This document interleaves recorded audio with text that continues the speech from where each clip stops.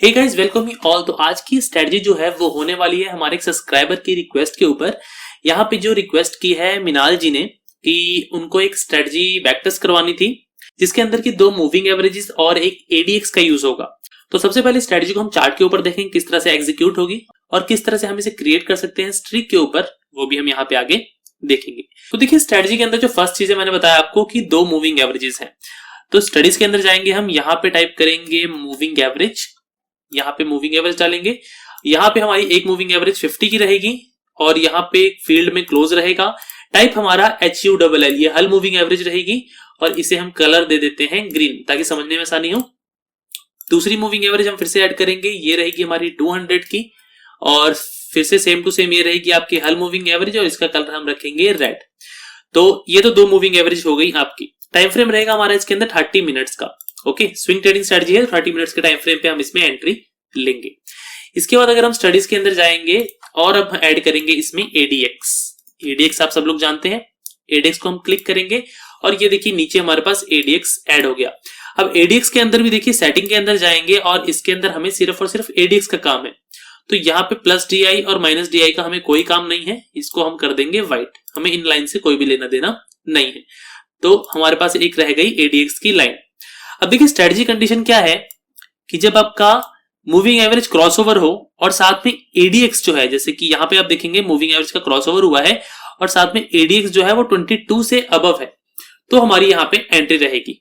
तो यहाँ पे देखिए कंडीशन मीट होगी। इसके अंदर हम रखेंगे 5% का एसएल और इसके अंदर हम रखेंगे 10% का टारगेट। 5% का एसएल रहेगा, 10% का टारगेट रहेगा। आई थिंक कंडीशन आपको समझ में आ गई होगी।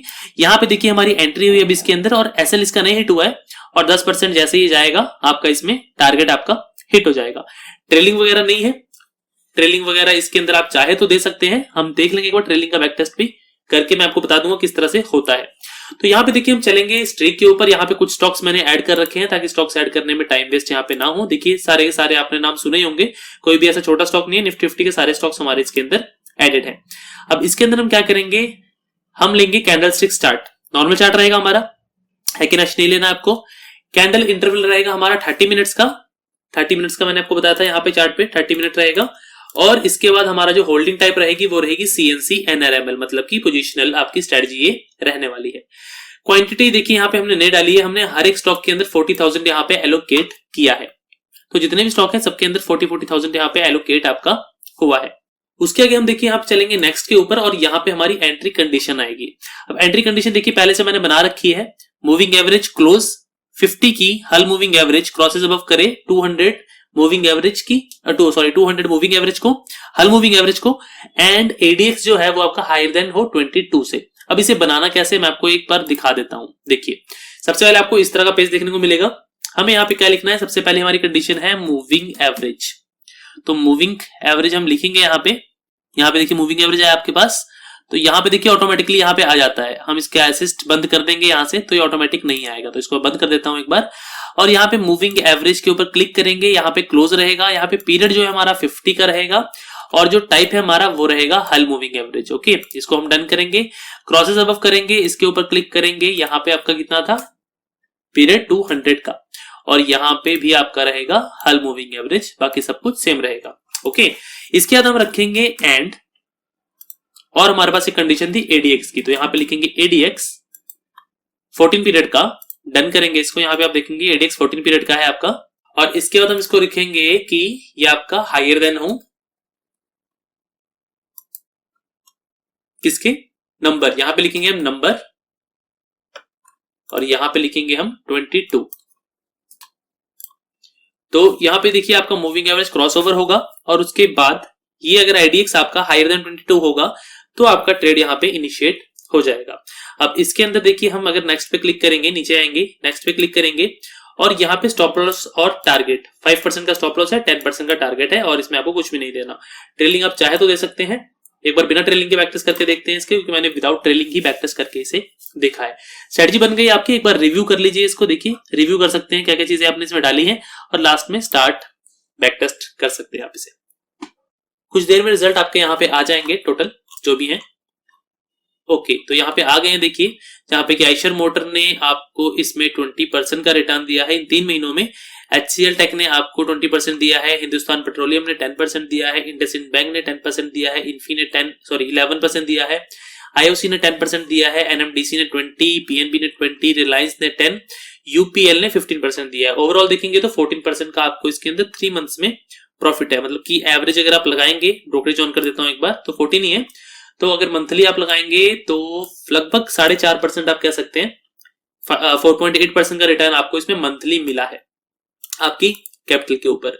अभी हम इसको थोड़ा चेंज करके देखते हैं। जैसे कि मैंने आपको बताया हमने इसमें ट्रेलिंग ऐड नहीं करी है, तो हम थोड़ा पीछे चलते हैं। इसके अंदर हम एग्जिट के अंदर ट्रेलिंग डालते हैं कि 1% की ट्रेलिंग हमारी इसके अंदर हो जाए, ताकि कुछ ना कुछ प्रॉफिट अगर ऊपर जाके स्टॉक मुड़ता है विदाउट टारगेट हिट किए तो हमें कुछ मिल जाए। देख लेते हैं एक बार क्या रिजल्ट्स में कुछ फर्क पड़ता है या फिर नहीं पड़ता है। आप भी इस तरह से चेक इसको कर सकते हैं। तो स्ट्रेटजी की रिक्वेस्ट थी वो सेम टू सेम जो स्ट्रेटजी मैंने पहले बनाई थी वो थी। अभी जो इसमें मैं कर रहा हूं वो चीजें परमुटेशन कॉम्बिनेशन है, वो आप भी करके देख सकते हैं अपनी स्ट्रेटजी को और ज्यादा रिफाइन करने के लिए। ओके, सो यहाँ पे रिजल्ट्स आ गए हैं। देखिए रिजल्ट्स के अंदर यहाँ पे कहीं कहीं आपके रिजल्ट्स कम हुए हैं। टोटल देख लेते हैं हम एक बार, एक यूपीएल का रह गया है। सो यहाँ पे आप देखेंगे जो रिजल्ट्स हैं वो आपके कम होके 11.97% हो गए हैं। और ब्रोकरेज की बात करें तो ब्रोकरेज से तो फर्क नहीं पड़ रहा, लेकिन रिजल्ट्स आपके कम हुए हैं ट्रेलिंग ऐड करने से। तो ट्रेलिंग को हम यहाँ से हटाएंगे, यहाँ से ट्रेलिंग को करेंगे हम रिमूव, यहाँ पे एग्जिट में जाएंगे, ट्रेलिंग को करेंगे 0। और एक बार हम इस स्ट्रेटजी को MIS के अंदर भी टेस्ट कर लेते हैं कि MIS के इसके अंदर क्या रिजल्ट है। तो पोजीशन में जाएंगे और इसे हम करेंगे MIS और फिर रिव्यू में जाके इसे एक बार कर लेंगे हम बैक टेस्ट। MIS के अंदर भी एक बार रिजल्ट देख लेते हैं स्ट्रेटजी के। स्विंग के अंदर तो हमने इसको देख ही लिया है। सो इंट्राडे के अंदर अगर हम देखेंगे तो इसमें 0.17% का लॉस है हमें, और ब्रोकरेज ऑन करके 1% का लॉस हमें देखने को मिलता है। तो स्ट्रेटजी इंट्राडे के लिए अच्छी नहीं है आपकी, आप इसको CNC के अंदर ही करेंगे। और CNC के अंदर 30 मिनट्स में हमने देख लिया है, एक बार 1 आवर के अंदर भी हम इसको देख लेते हैं।